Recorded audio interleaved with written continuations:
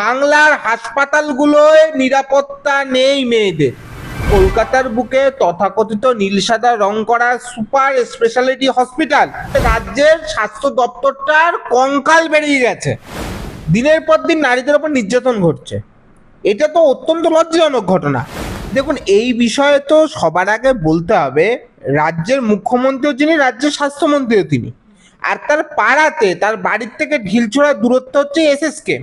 সেখানে দাঁড়িয়ে সেই এসএসকে হাসপাতালের ভিতরে একজন নাবালিকাকে উপরে হেনস্থা করা হলো, যৌন হেনস্থা করা হলো, এবং সেটা হাসপাতালেরই একজন কর্মী, যাকে সাসপেন্ড করা হয়েছে। তাহলে এর থেকে তো প্রমাণিত আবারও হচ্ছে গত বছরের আরজিকরের ঘটনার টাটকা স্মৃতি আমাদের মধ্যে আবার ফিরে আসছে, যে বাংলার হাসপাতালগুলোয় নিরাপত্তা নেই মেয়েদের। সেটা একজন ডাক্তারি পড়ুয়ার নিরাপত্তা নেই, এটা আরজিকর দেখিয়ে দিয়েছে। একজন নাবালিকা, তার নিরাপত্তা নেই, এসএসকেএম দেখিয়ে দিয়েছে। তাহলে শহর কলকাতার বুকে তথাকথিত নীল সাদা রং করা সুপার স্পেশালিটি হসপিটাল, মুখ্যমন্ত্রী এগুলোকে দাবি করেন, আরজিকর, এসএসকেএম, তাহলে এগুলোর পরিস্থিতি তো পরিষ্কার দেখে দিচ্ছে রাজ্যের স্বাস্থ্য দপ্তরটার কঙ্কাল বেরিয়ে গেছে। স্বাস্থ্য দপ্তরের কঙ্কালটা বেরিয়ে গেছে, এটা প্রমাণিত হয়ে যাচ্ছে।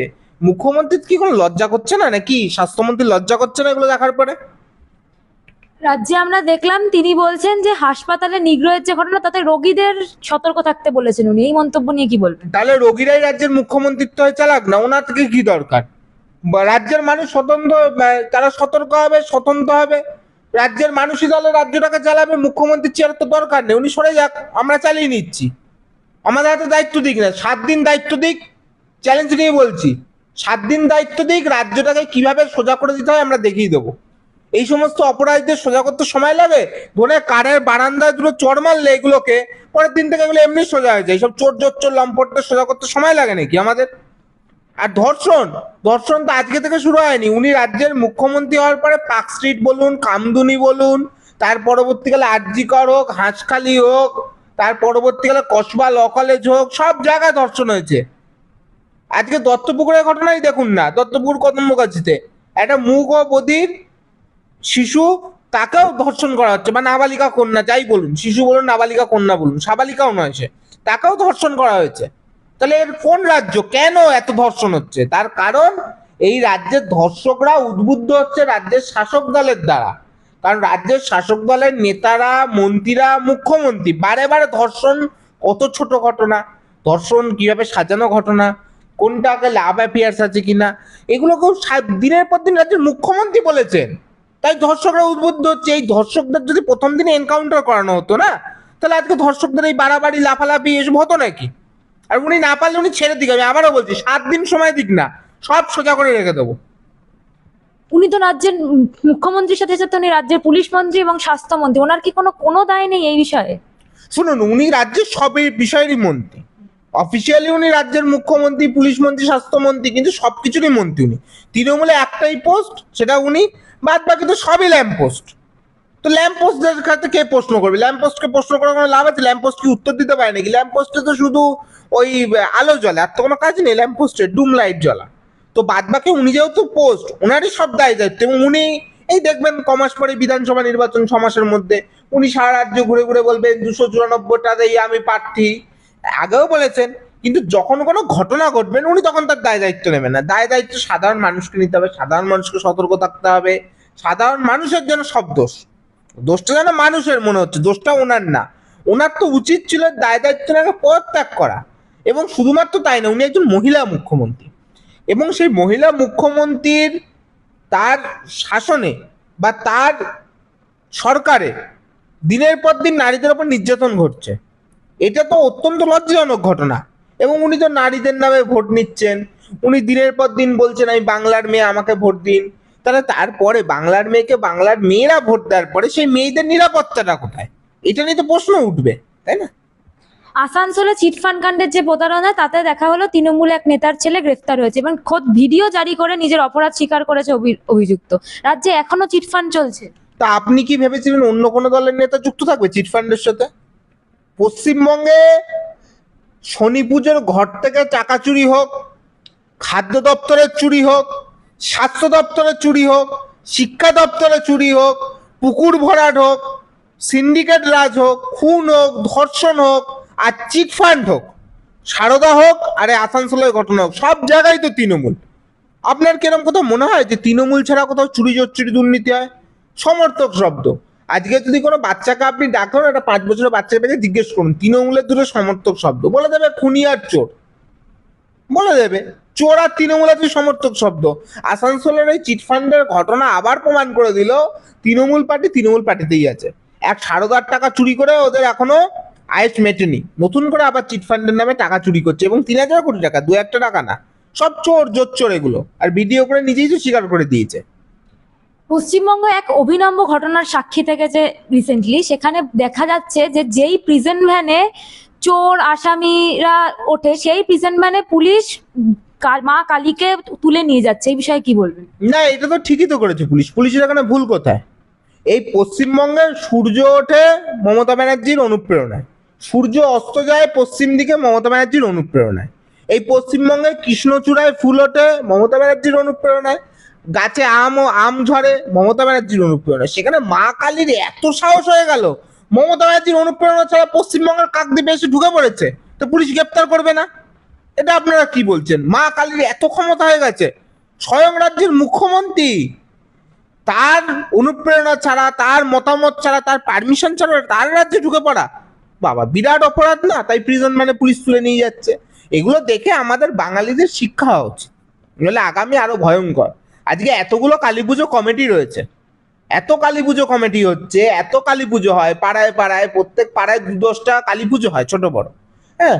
কিন্তু আজকে কালী ঠাকুরের অপমান, এটা আমাদের বাঙালিদের অপমান, আমাদের ধর্ম মতের অপমান, আমাদের সংস্কৃতির অপমান। কারণ কালী ঠাকুরের সাথে আমাদের বাঙালির সংস্কৃতির 1000 বছরের একটা সম্পর্ক রয়েছে। সেই সংস্কৃতির অপমানের বিরুদ্ধে কোনো পুজো কমিটি কিন্তু সেভাবে পথে নামলো না। উচিত ছিল আমাদের কালী ঠাকুরের অপমানের বিরুদ্ধে পথে নামা, পুলিশের বিরুদ্ধে পথে নামা, এখানে রাজনীতির ঊর্ধ্বে উঠে পারেনি। এটা আমাদেরই ব্যর্থতা বাঙালিদের। নভেম্বরের শুরুতে নির্বাচন কমিশন বলেছে এসআইআর চালু করবে। এই নিয়ে তৃণমূলের এত বলছে যে ছটফটানি শুরু হবে। তৃণমূলের কিসের এত ভয় এসআইআর এর জন্য? দেখুন, ভূত সবসময় ভয় তো পাবেই, ঠিক সেরকমই বাংলার ভোটার লিস্টে অনেক ভূত আছে। এই ভূতেরা, এই শাকচুন্নিরা, এই মামদো ভূতেরা, পেতনিরা, এরা বাংলার অনুপ্রেরণায়, উন্নয়নে উৎসাহিত হয়ে ভোটের দিন এসে সবাই তৃণমূলকে লাইন দিয়ে ভোট দিয়ে যায়। হ্যাঁ, এরকম বহু ভোটার দেখবেন, আপনি ধরে দেখবেন বাবা মারা গেছে 10 বছর আগে সেই ভোটারের, সে ভোট দিতে গিয়ে জানছে তার বাবার ভোট হয়ে গেছে, সেই শুধু তার বাবার দেখা পায়নি, তৃণমূলের লোকেরা দেখতে পেয়েছে। এরকম ঘটনা অনেকে, বাবা দাদু, অনেকের মৃত বাবা দাদু, মা ঠাকুমা, হ্যাঁ দিদিমা, এরা সব ভোটের দিন ভোট দিতে চলে আসে। তো সেইখানে দাঁড়িয়ে এই ভোটারগুলোর নাম কাটা গেলে তো তৃণমূলের খুব ক্ষতি হবে, মৃত ভোটারদের নাম কাটা গেলে। আর প্রত্যেক বুথে কম বেশি 30টা মৃত ভোটারের নাম আছে গড়ে, সেগুলো কাটা গেলে মোটামুটি 2026-এ তৃণমূলের গদি উল্টোবে। তখন প্রিজন ভ্যানে কালীঘাটের অন্য কাউকে উঠতে হবে। হ্যাঁ, যাদবপুর বিধানসভায় দেখা গেছে যে 17,000 অস্তিত্বহীন ভোটার। তো শাসক দল কি এদের ভরসায় এতদিন জিততো? 17,000 অনেক কম। আমি আপনাকে বলছি, যাদবপুর তো শহর কলকাতা সংলগ্ন একটা বিধানসভা আসন, কলকাতারই বিধানসভা আসন, দক্ষিণ 24 পরগনা জেলার ভিতরে পড়ে।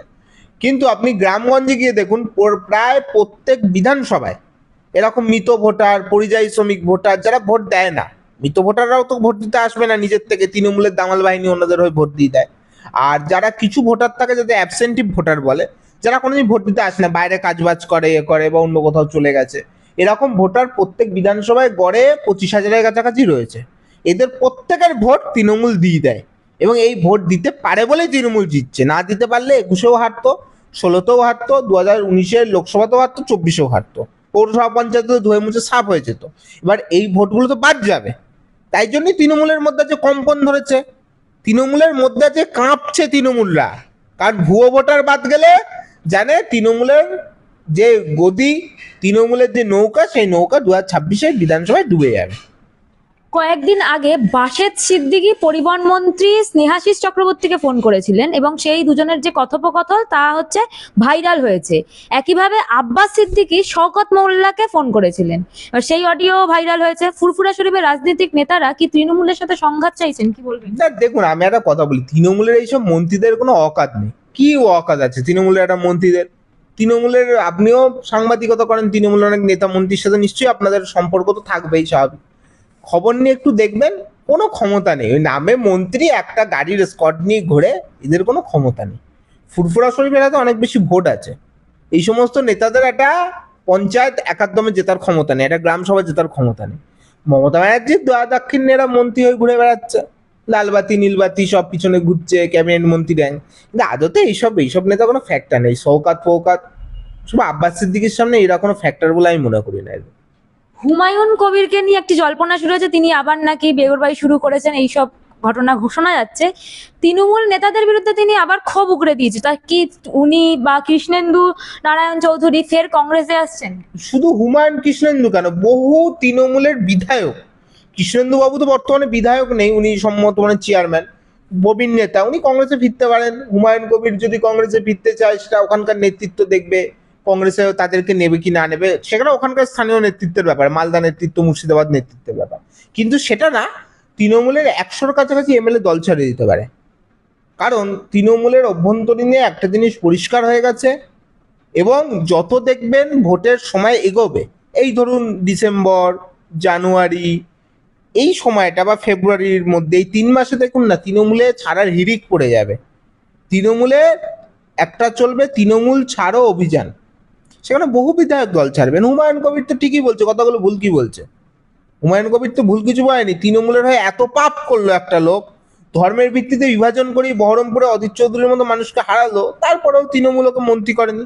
ওই জন্য গায়ে জ্বালা দিচ্ছে। যদি এদের মধ্যে কোনো নীতি নৈতিকতা বোধ নেই, এই সমস্ত নেতাদের মধ্যে, আজকে এখানে বসাচ্ছে না তাই করছে, কালকে আবার এদের পুষিয়ে গেলে রাজি হয়ে যাবে। কিন্তু আমি ব্যক্তি হুমায়ুন কবিরকে নিয়ে আলোচনা করছি না। তৃণমূল ছাড়ার জন্য অনেকেই বসে রয়েছে, কলকাতারও তো বহু বিধায়ক বসে রয়েছে, দেখছেন না শোভনের এন্ট্রি হওয়াতে অনেকে অসন্তুষ্ট, অনেকে ছাড়বে। বহু সংখ্যালঘু বিধায়ক প্রস্তুত আছে তৃণমূল ছাড়ার জন্য, শুধু সময়ের অপেক্ষা। একদিকে দেখলাম শোভন চ্যাটার্জির তৃণমূলের আগমন, অন্যদিকে আবার দেখছি সৌগত রায় হচ্ছে বেসুরো গান গাইছেন। তিনি বলছেন যে খোদ মমতা ব্যানার্জি যেখানে এসআইআর বিরোধিতা করছে, তিনি বলছেন যে এসআইআর করলে ক্ষতি কি। আবার তিনি মানে যেখানে তৃণমূলের পার্টি পলিটিক্স এর মেন মোটিভ হচ্ছে মেলা খেলা, সেখানে সৌগত রায় বলছেন যে মেলা খেলা করে কোনো রাজনীতি হয় না। কি বলবেন এই বিষয়ে? উনি কি তাহলে দল ছাড়ছেন? না, দলকে ছাড়বে না ছাড়বে সৌগত রায় আমি সেটা জানা নেই, তবে আমি একটা কথা বলতে পারি, তৃণমূল, আমি তো বললামই আপনাকে আগে, যে এই ডিসেম্বর, জানুয়ারি, ফেব্রুয়ারিতে তৃণমূলে বেসুরোর সংখ্যা অনেক বাড়বে। এত বেসুরো হবে যে সুরে, এদের সুর দেওয়ার ক্ষমতা বড় বড় গীতিকারদেরও নেই, এত বেসুরো ভাবে এদের হারমোনিয়াম বাজবে। তো সুতরাং অনেকে বেসুরো থাকবে, বেসুরো থেকে দল ছাড়বে, এগুলো তো আমরা দেখে অভ্যস্ত।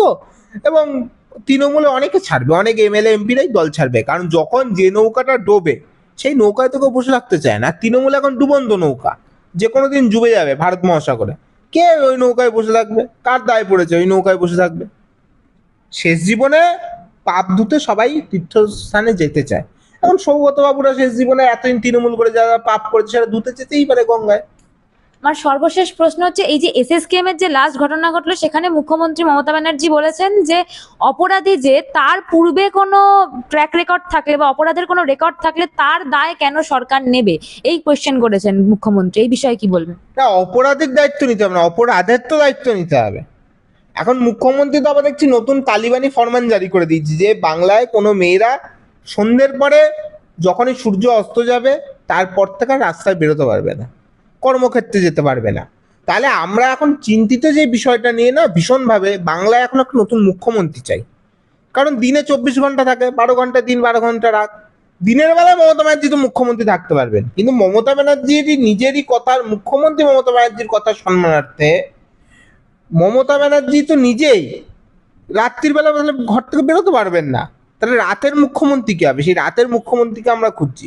রাতের মুখ্যমন্ত্রী কি কল্যাণ দা হবে, মদন দা হবে, নাকি অন্য কোনো নেতা হবে, হুমায়ুন কবির হবে, না ফিরহাদ হাকিম হবে, না অভিষেক হবে? এগুলো আমরা খুঁজছি, কাকে রাতের মুখ্যমন্ত্রী করা যায়, যারা রাতের ব্যাপারটা ভালো বোঝে তাদের কাউকে, সেটাই আমরা খুঁজে বেড়ানোর ব্যাপার। কারণ এখন তো পশ্চিমবঙ্গে যা পরিস্থিতি, দুটো মুখ্যমন্ত্রী রাখবে, তাই না?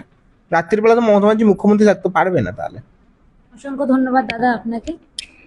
আপনার সাথে আমি এতক্ষণ ছিলাম এশনা কুন্ডু। আপনারা দেখতে থাকুন, শুনতে থাকুন political daily and political dose.